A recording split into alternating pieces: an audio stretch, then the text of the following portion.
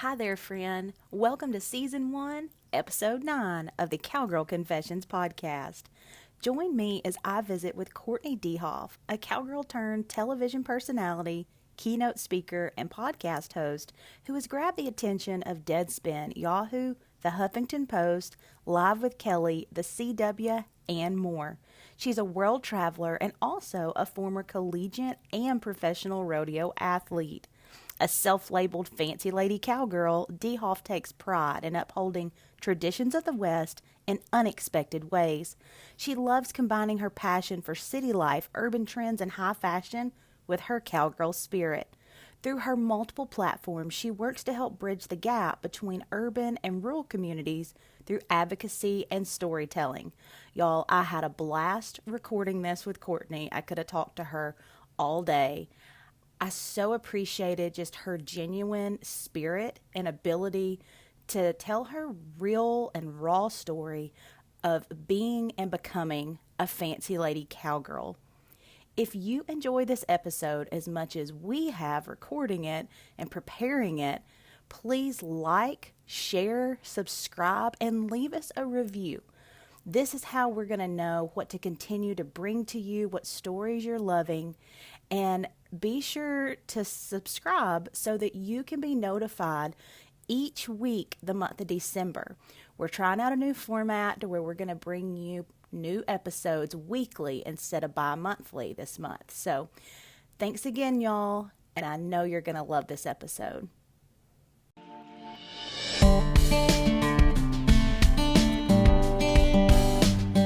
Hey y'all, and welcome. You're listening to the Cowgirl Confessions podcast.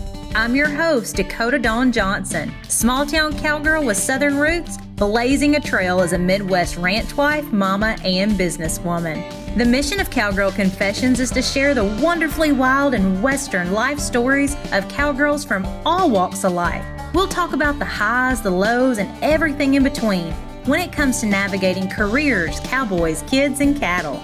Legendary cowgirl Dale Evans said it best. Cowgirl is a pioneer spirit, a special brand of American courage. The cowgirl faces life head on, lives by her own lights, and makes no excuses. Cowgirls take stands. They speak up. They defend the things they hold dear. A cowgirl might be a rancher, a barrel racer, a bull rider, or an actress. But she's just as likely to be a checker at the local Winn-Dixie, a full-time mother, a banker, an attorney, or an astronaut. If you're into wet saddle blankets, talks with God, buckets full of laughter, and the life lessons learned in the process, kick off your boots and settle in. I pray these stories encourage, empower, and give you just the leg up you need. Here's to embracing the cowgirl state of mind, no matter how wild and western life may get along the way.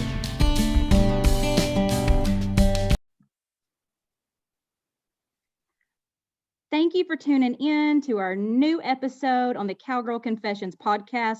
Y'all, I am stoked. I can't believe I actually have the Fancy Lady Cowgirl herself, Courtenay DeHoff, on the line with me today. I'm fangirling, like majorly fangirling. So, Courtenay, thank you for being here. Thank you. I'm fangirling. What are you talking about? I mean, I know I'm not a Kansas native, but I kind of, in a roundabout way, feel like we're rodeo family cousins because you know my husband and his family. And so, I kind of married into it. I love it. I love it. Once you're like part of the rodeo family, no matter how you became a part of it, you're in. You're in it for life, sister. So hope you were prepared for that. Yes, I love it. I love it. Well, like I said, Courtenay, I'm a huge fan of you. I've been following you for quite some time, and I'm a huge fan of your storytelling style. There's a lot of people out there that tell stories, and but you just have this style that's really all your own, and you're not only telling stories from the side of the rancher, but you're also just bringing it full circle and telling stories from what it might look like for somebody on the outside of our rural America community, and just really enjoy that. And one of your posts, which I feel like I like or love everything, that you post, because you just have a way with words. But I think one of my absolute favorite ones, you mentioned in that, you know, you have been to 18 different countries around the world, and you've had all these adventures. And you know what? There's been times that you were too broke to eat lunch when you went to lunch with a friend, but you showed up anyway. And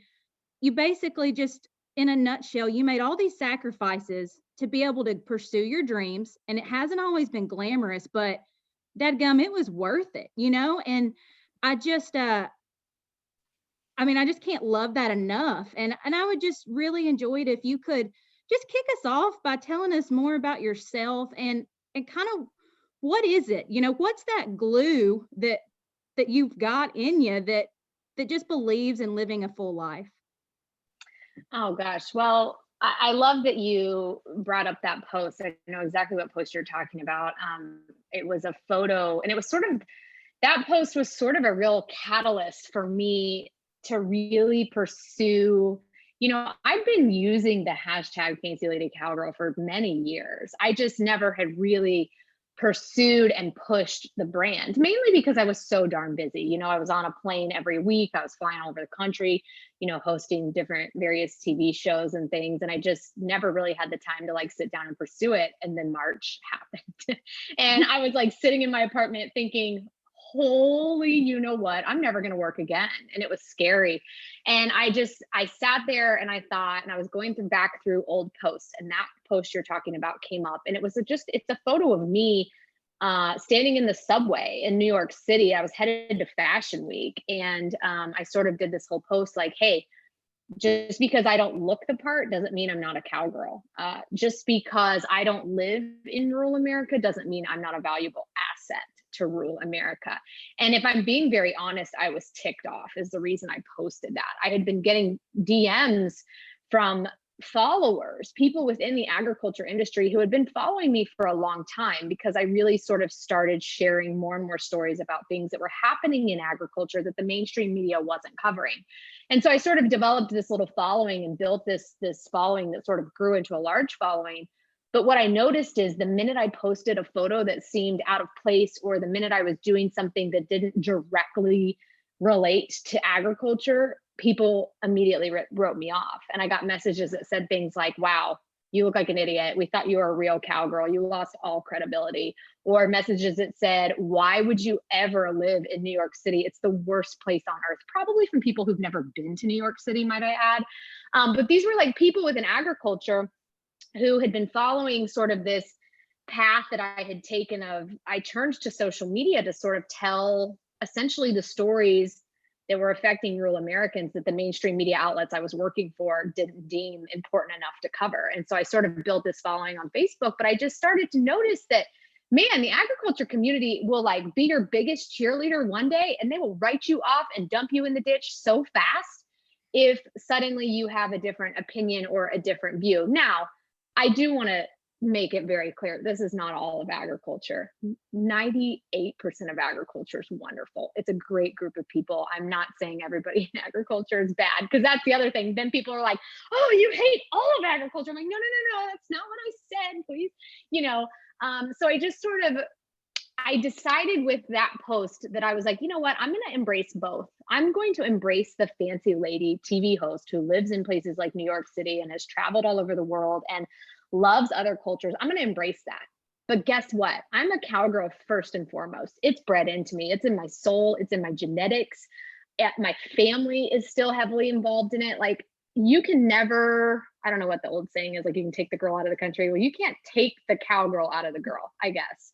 Amen. And so, yeah, right. And so I thought I'm going to embrace both. And so that's really been my platform and my strategy behind this Fancy Lady Cowgirl. I now have Fancy Lady Farmer, getting ready to unveil a brand new one at the NFR.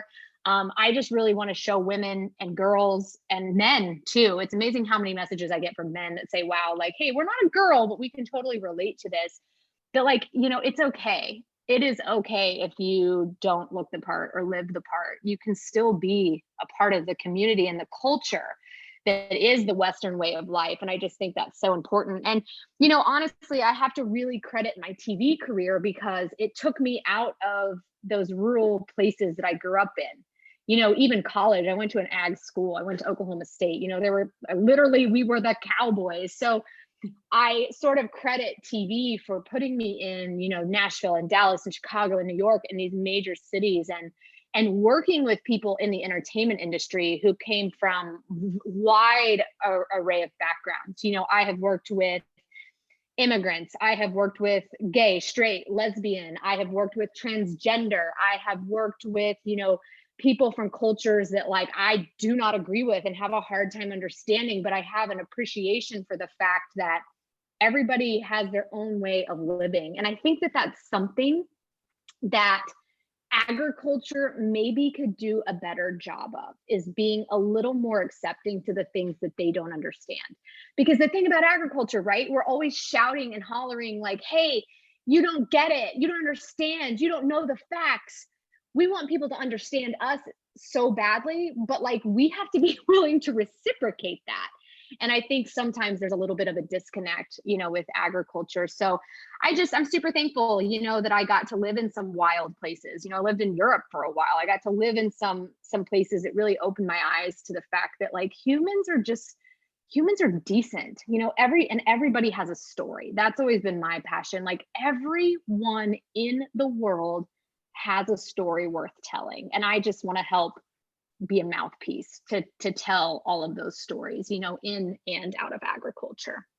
Oh, so much goodness there. I'm like, we could stay here and just unpack things there Yes. all day. I mean, a couple of things that you said. One, really appreciate you sharing just, hey, we just kind of have to be open-minded. And because you've had that opportunity to work with so many different people, and to your point, there's been some people you've worked with that you don't agree with necessarily their lifestyle choices, or kind of don't even understand them. But that's something, I've worked in corporate America for almost a decade now, and so I've been in some similar situations to where you can agree to disagree with somebody, and still have a mutual respect with that person. And I just really appreciate you bringing that up, because I think it's a really valid point. And sometimes, I even feel like some of my maybe close friends, and heck, family, they almost don't understand, and are like, why are you sitting on the fence, Dakota, about something? It's like, hey, I'm not sitting on the fence. I can state my opinion, but that doesn't mean that I have to cut off communication with somebody that doesn't think the same way I do. I just don't have to promote it necessarily, but it doesn't mean that I don't still respect that person. So and good. yeah, so it's just so encouraging to hear a fellow cowgirl that is on the same page there. And the other thing I kind of want to just dive into is, like you said, 2020 has been weird and challenging, and you were like, hey, I'm not ever going to have a job again, back in March. But in this year, you have flourished. You have just done so much, taken on some new opportunities, like having a bucking bull. Just, like let's walk through just, I don't know, kind of your highlights, your personal favorite things that have come out of this year of uncertainty. Oh my gosh. Well, you're so right. 2020 has been one of the most incredible years. And I say that not saying there weren't challenges, because obviously there were, but January 3rd of 2020, I walked in to Madison Square Garden to host a live PBR. And like, you want to talk about just a total like goosebump moment. Here I am, the most famous arena in the world. And like, full disclosure, my TV career for nearly a decade had nothing to do with agriculture. And part of that was on me, because I had agents and managers who said, if you ever want to make it to New York, like if you ever want to be successful in this business, you've got to get away from like the farm thing, because people just don't really care about it. And that's one of the things I speak about a lot, is sort of my journey of like falling out of agriculture and turning my back on agriculture a little bit, and then sort of falling back into it by beginning to tell agriculture stories, just on my social media. And so I just remember like, we've just had New Year's. I flew in right after Christmas to New York. I love New York. I lived there for a while. And I walked into Madison Square Garden and I thought, holy cow. Like, I'm about to be on live TV inside an arena that living legends have been in. And to make things even better, it's going to be a show about cowboys.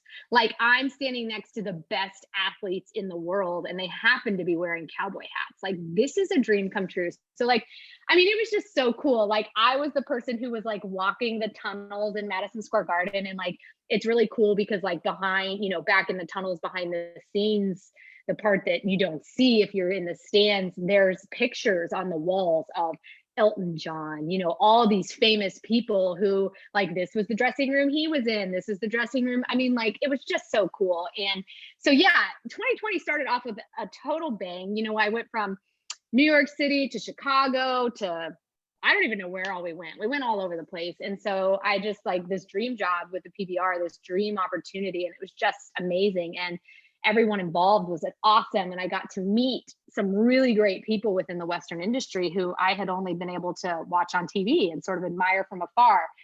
And then March happened and we completely shut everything down. And that was the end of it. You know, it just, like so many companies and things, it wasn't possible anymore. And, you know, the PBR was still having events and they were doing a great job, but they just couldn't, you know, bring in the contractors and stuff that they had worked with before. And so it was like, man, I started 2020 like this dream opportunity, Madison Square Garden, like, here I am, I have made it. And then it was like suddenly like, oh my gosh, that'll never, like, I don't know if I'll ever get to go back because I have no job. And I just remember like sitting in my apartment and I was like, oh my gosh, like, what am I going to do?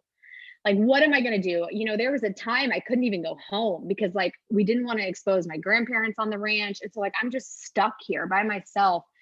And I remember like watching TV and seeing posts on social media that said things like, you know, this is a really hard time, but some of the greatest inventions of our lifetime will come out of quarantine. And it sort of ticked me off because it like added to the stress. I'm like, great, like I'm supposed to be creating the next Uber, but like I'm so anxious and stressed that like I can't even get out of bed. Like, I'm a failure. I'm just going to be the person who watches Netflix for 6 months straight and we'll figure this out when we come out of this. And the more I thought about it, I thought, you know what, like, I'm not flying all over the country right now. I'm not, you know, working 12-hour days on a TV show. Now's the time to like try to build a brand, like try to pursue this Fancy Lady Cowgirl. So I just started posting about it more. And people really started engaging with it. And I sort of like saw my following grow. And I was like, man, this is awesome. Because there were so many women in agriculture in the Western community who can relate, you know, who have either grown up in it like I did and left and feel guilty and feel sometimes shunned almost by the community because we've left. And then there are women who didn't grow up in it, who very much want to be a part of it, who have a little bit of imposter syndrome and don't always feel very welcome. And so I sort of built this community where we could all get together and I could share other women's stories. And then I have a good friend here who owns a store in Dallas, Whiskey Designs. And I knew she did custom work, but I'd never really thought much of it. And my mom and I were just in there randomly one day, like when they finally let us out of quarantine. And I was like, I should make a sticker that says like Fancy Lady Cowgirl. That would be cool. I don't know. I ordered 50 and I was like, okay, like if nobody buys these, I'll just give them to everyone in my family for Christmas. I'll put them in stockings. Like, it'll be fine. Like, I was fully prepared to have like 45 stickers to hand out at Christmas. And I did a little post and I put them online and I was like, oh my gosh, like this is probably stupid. Like, I don't even know if people like stickers. I sold 1,000 stickers, which was super exciting. But at the same time, I literally almost had to go to a physical therapist because my hand was cramping from writing so many addresses. And it was just like the wildest thing. And I thought, holy cow, like what just happened? And so then like I got my nerve up several months later and I was like, I'm going to make a t-shirt, but I'm only going to order again, a few in case nobody buys these. I don't know if people are into this. And it just sort of grew from there. And it's just turned into like the most fun opportunity. And I don't know what's going to come from it. Like, I have no desire to become a full-time like retailer. Like, that's not the goal. The goal is to just, you know, wear Fancy Lady on a shirt or Fancy Lady Cowgirl or Farmer or whatever it may be, stick your sticker somewhere. The goal is to have someone see that and say, Fancy Lady Cowgirl, what is that? And then suddenly a conversation starts and you're advocating, whether you realize it or not. You're becoming an advocate for agriculture, but you're becoming an advocate for women who truly can do it all. They can live in the city, they can wear lipstick, they can wear, high heels, and they can also work cattle, ride a horse, drive a combine. That's really sort of the real goal behind the brand is, and the merch especially, is to just continue the conversation. So yeah, 2020 has been wild. I think about like the PBR, it seems like that was like 10 years ago. I'm like, yeah, like 5 years ago, I got to go to Madison Square Garden. I'm like, oh my gosh, that was this year. That was just this year that I did it. So yeah, it's been fun. It's been wild. There's been a lot of, cool opportunities. I got to host the national high school finals, and that was great. I got to meet a bunch of great, young cowgirls who are essentially the future of the Fancy Lady Cowgirl clan. But yeah, it's been fun. And now I'm going to the NFR for 10 days. I am going to have my Fancy Lady merch in the Whiskey Designs booth. So very excited about that. I have no idea what to expect. I have boxes of merch literally sitting behind me, and I wake up every morning and I think, oh my gosh, what if I don't sell a single thing? Like, what am I going to do? So it always works out, but it's definitely scary taking on new adventures. Well, I just want it to be noted that, like, I remember exactly where I was at and sitting in Pratt, Kansas, and I won't bore our listeners with the details. Whenever you made the original Fancy Lady Cowgirl, I have, merch post, and I'm like frantically like one of the first people, and I still I haven't even figured out what I love enough to put the sticker on. And whenever I got it, and like there was actually a handwritten note and all that with it, I was like, yeah, this is gold. I'm not throwing away this envelope or anything, because I'm an OG. Like, this is the real deal, one of the originals. But Courtney, if I don't bring this up, I know like I'm gonna regret it.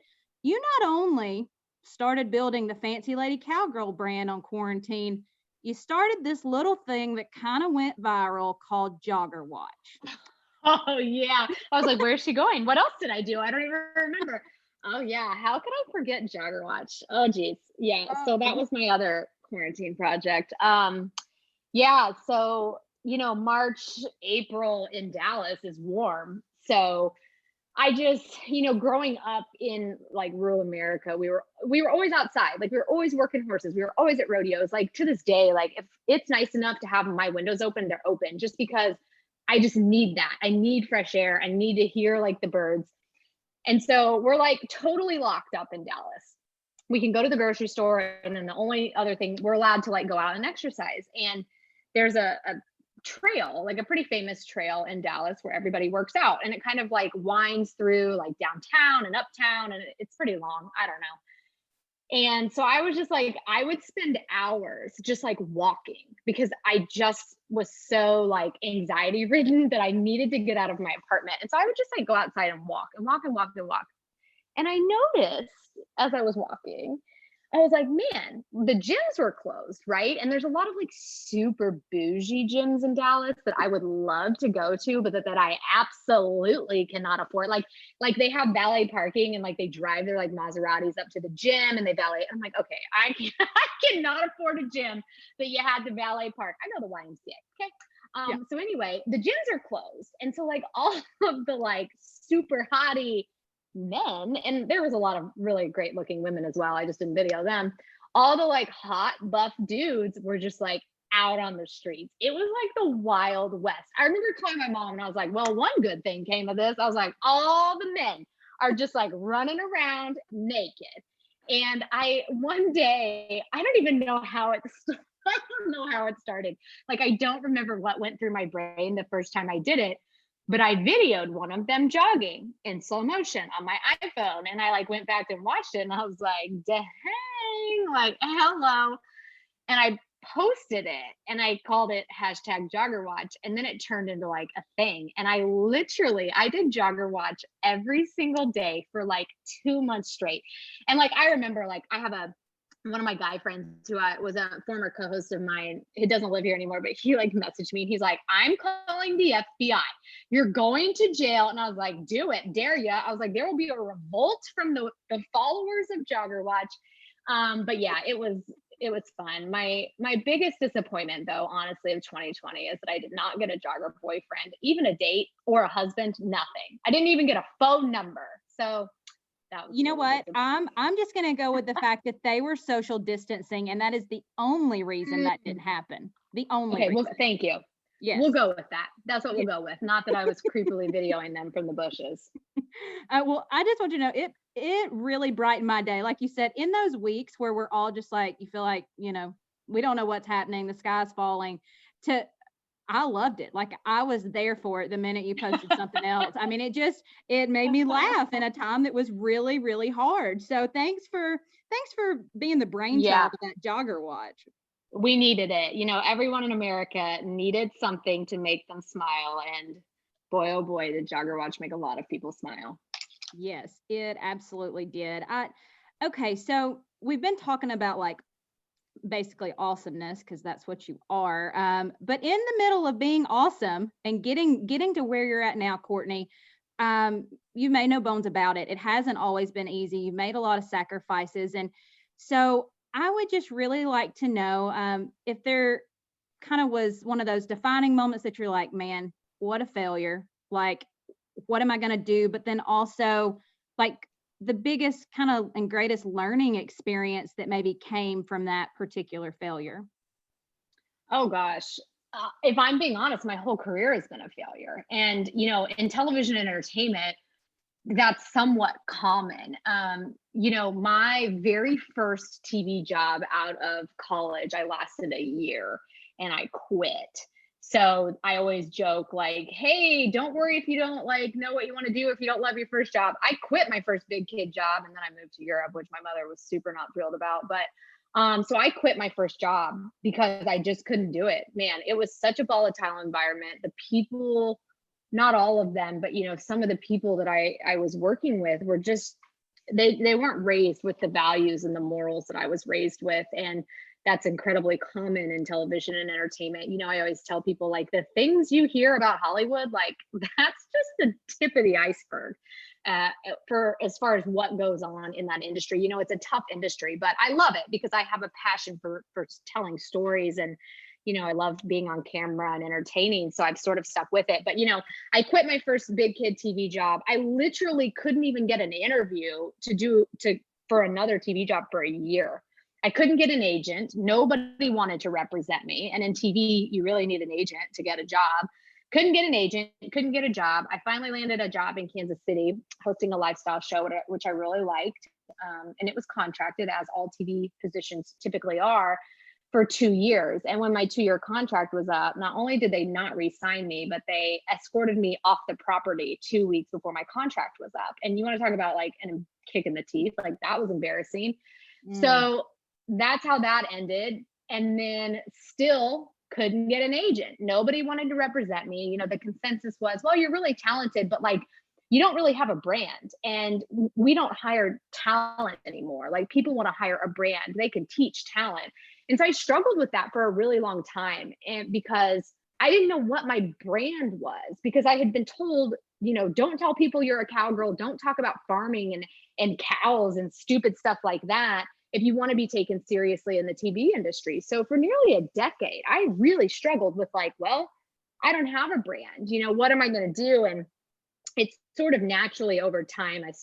And I think age as well, the older you get, the more confident you become in just who you are. And I auditioned randomly to be Kelly Ripa's guest co-host, sort of when Michael Strahan had just left and before Ryan Seacrest, and she was doing like a guest co-hosting competition. And it was actually my mom's idea. And I thought it was the stupidest idea because I was like super salty because I couldn't get a job. And I was like, this is dumb. 10 million people are going to enter this, like whatever. And I remember I was working a barrel horse and I was in the practice pen and I was just thinking, there's nothing about me that's unique. Like there's nothing about me that's cool. I'm just like a regular, another blonde girl who wants to be on TV. And I just remember like looking down at like the top of my barrel horse's head thinking, well, I guess this is a little unique, like I guess not everyone gets to experience this. And so I auditioned, and my audition tape was just really like a tongue-in-cheek, like, I'm a TV host stuck on the farm. And like, I rode a cutting horse in a white pantsuit. Like, I did all these, crazy things, and I made it to the top 10. And it was just a super, super cool opportunity. I got to interview with the producers of Live, and it was sort of a catalyst moment for my shifting and thinking, like, wait a minute, like, I should be really proud to be a cowgirl, because like, this is badass. And it just took me a long time, as embarrassing as that is to admit, to kind of come into that and come into my own. And because I was very proud to be a cowgirl, but the powers that be told me I'd never end up in New York if people knew I was a cowgirl. Well, January of 2020 proved that was not true. I walked into that stadium and I just like wanted to like fly the middle finger to all the agents and the people who told me I would never make it if they knew I was a cowgirl. I'm like, look at me now. It's the Cowboys who brought me to Madison Square Garden. But it's been tough. I've been hired and fired more times than I can count. I moved to Dallas and hosted a show here. They canceled the show, so we all lost our jobs then. And it's been tough. And when they canceled the show in Dallas, I was just really burnt out. I was really burnt out with the way that you're treated in television and entertainment. I was just really burnt out with other people, corporations having total control over me and what I say. Because when you work for a TV station, I mean, we're all very aware of what's happening in the media right now. They own you. They own the narrative. So whether you agree with what angle they're taking on the narrative or not, you go with it or you're fired. And I was like, I don't want to do this anymore. Like, I don't want other people to have total control over me and Courtney, And so I thought, I'm going to try to just like freelance my way through this for a year. And it got dire. Like, I joke, I walked dogs to pay my rent. Like, people get on Instagram now and it seems like I'm flourishing and things are great, and they are, but I'll never forget that. Like, I walked dogs to pay my rent. I had to drive 8 hours back to Kansas to day work. God bless my uncle and my grandparents who paid me a little bit to go help them. Like, I was doing anything I could to make enough money to survive in order to grow this. And now I'm sort of able to like maintain it, but it's still scary. March, I was like, well, there goes all the momentum I had. Like, nobody's going to be able to afford to hire me. Like, what am I going to do? And, it's worked out and I've been able to sort of just eke by, but it's, it's not easy. You have to be able to make really big sacrifices. And I did. My girlfriends, my former co-hosts and my makeup artists, we would always get together every week. And we would like do lunch or brunch or have drinks or whatever. And there was 5 or 6 months where I would go because I wanted to be with them, but I wouldn't order anything. And I would just, I ate before I came, whatever. And God bless my best friend, my makeup artist, Daniela. She would like order a big breakfast and then she'd be like, I'm full. And she'd like slide it over because she knew I couldn't afford it. I couldn't afford to be eating out and doing fun things and still be able to like live in the city that I wanted to live in. And so I had to make choices. And, I'll never forget that. And I hope that someday I'm in a position, that I can be the one ordering a breakfast that's too big, to slide over to someone who is really trying to pursue their passion and their dream. And I love that you bring that up and that you ask that, because sometimes I get messages on Instagram, that say things like, must be nice, lucky you, oh, you're rich, you have a lot of money, that's why you get all these opportunities. And I just don't respond. But in my head, I'm thinking, where were you? Where were you when I was walking dogs in Dallas, like picking up dog poop on the side of the road and, making $10 a dog?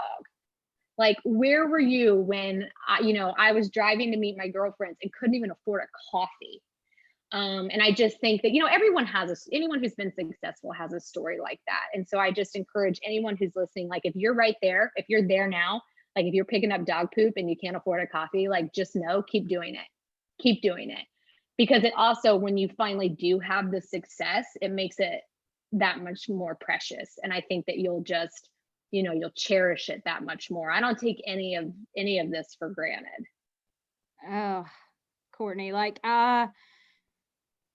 we just need to build a bottle and sell everything you just said. Like because it's real, it's the real talk, the behind the scenes stuff. And before I forget this, you gave I felt like I was sitting there with you at brunch, and when you're saying, she brought this big breakfast and shared it with me, and then how you said you hope you're in a place to do that one day. And girl, you're doing it. It's not brunch maybe that you're doing, but you're serving that up to people right now just with your way of storytelling. And I firmly believe that, you're not giving them bacon, you're breathing some belief into them, and so I just really appreciate you sharing that, because I am very much a visual person. And I think a lot of people are, to say, what does that really look like? You say this, but and you don't make any bones about it.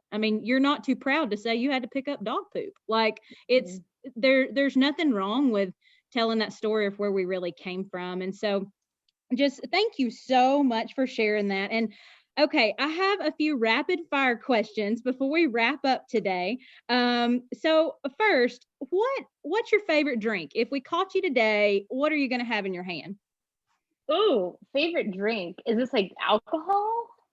It can be anything you want, and maybe you're double fisting. Like, I do that. I'm like, give me a Topo Chico and a coffee. Yeah.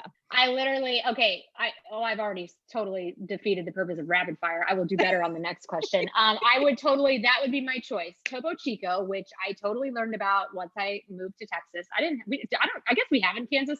I didn't drink it in Kansas. And then coffee, man, and I have a fancy Nespresso machine that I treated myself to 75% off, go me. And it's my favorite thing ever. That's awesome. Yeah. This is not going to be rapid fire because we're not rapid fire kind of people. I try. I talk a lot. A funny short story on the Topo Chico front. So just recently, in the past 4 or 5 months, kind of got turned on to that when I was down in Texas for work. And I get back to Kansas and I'm like, I'm out. Like I had stocked up in Texas, and your mom I posted something on Instagram and she was like, these 2 stores in Topeka or whatever, like they have it. So I found a few places that carry it, but it is not like everywhere like in Texas. So yeah, it's a cult thing in Texas. Like it is, if you don't drink Topo Chico, get out. And the first year that I lived here, I called it Topo Chico, and my girlfriends were like, honey, no, it's Topo. Don't ever call it. I'm like, you would have thought I called Texas like Tejas or something. They're like, no, that's not how you say it. Yeah, my mom got turned on to it too, and so she I think Sprouts in Lawrence carries it, so she's always stocking up. Yeah. She, side note, love following your mom on Instagram. She's another daily laugh for me. She's a disaster. Oh, she's funny. Okay. So what is the wildest thing you've ever had to fix using duct tape, baling wire, or bungee cords in your cowgirl life? Ew, so many things, but the thing that comes to mind, I don't know, we were high school rodeo, and I don't even know if they have them anymore, but the awnings that would roll off and they would never roll back on right, off the side of your trailer. They were a nightmare. My dad would yell at us and he forbid us from putting it down because they'd never go up. We had one fall down driving 80 down the highway one time, and the spring broke. And it was me and my mom and her best friend Sarah and her daughter Shelby. And we literally, what do? We tried to cut it off. All we have are nail clippers. So, it's the length of this trailer, and we duct taped it. And when we pulled in, my dad was just like, oh my God, I told you not to put it. We're like, we didn't, Dad, we didn't. It just fell down. We duct taped a lot of things. We duct taped the hoods of trucks, you name it, we duct taped it. Oh, it's you can't go anywhere. It's like, give me some duct tape to put in my Louis Vuitton, because you can't go anywhere without it. You got to be prepared. Duct tape and baling wire, I'm telling you. Yeah, it'll get it done. Courtney, who's somebody that we should have on the Cowgirl Confessions podcast? Ooh, gosh, there's so many good people. So I'm going to go down the list of some of the great people that I've had on my podcast. The first person that comes to mind is Jenna Paulette, who is fabulous. I love her. She's a Texan originally, but a great musician. I'm sure you've heard her music. She is very Fancy Lady Cowgirl. And we were just DMing is why I think of Jenna Paulette, because she was awesome.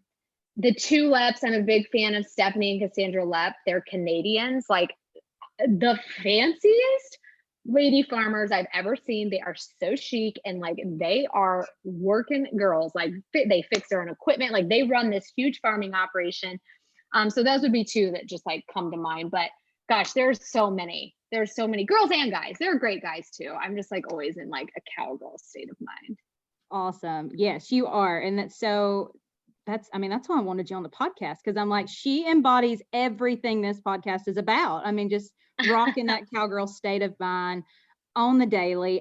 Courtenay, we didn't even dive into, you have an incredible podcast called Cowgirl Problems, a whole nother platform where you do your storytelling. So let's just tell everybody where they can come to connect with you and where they can stay in contact to hear all your great stories. Yeah, I don't know what, obviously awesome. I don't know what was about to come out of my mouth. I don't even know what year it is. Yeah, so Instagram is a great one. I'm just at Courtenay DeHoff on Instagram. I'm really active there. So I answer all my DMs.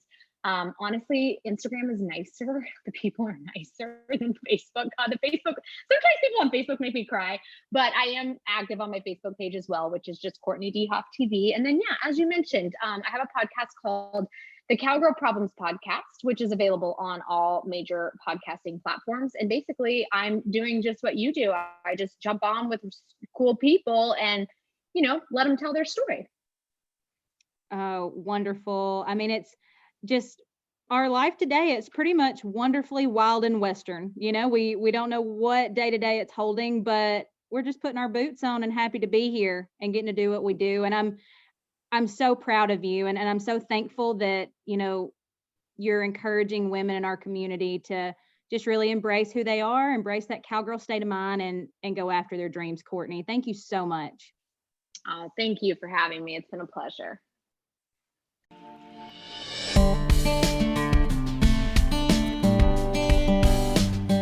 Thank you for spending your time with me on the Cowgirl Confessions podcast. I'm so glad y'all stopped by.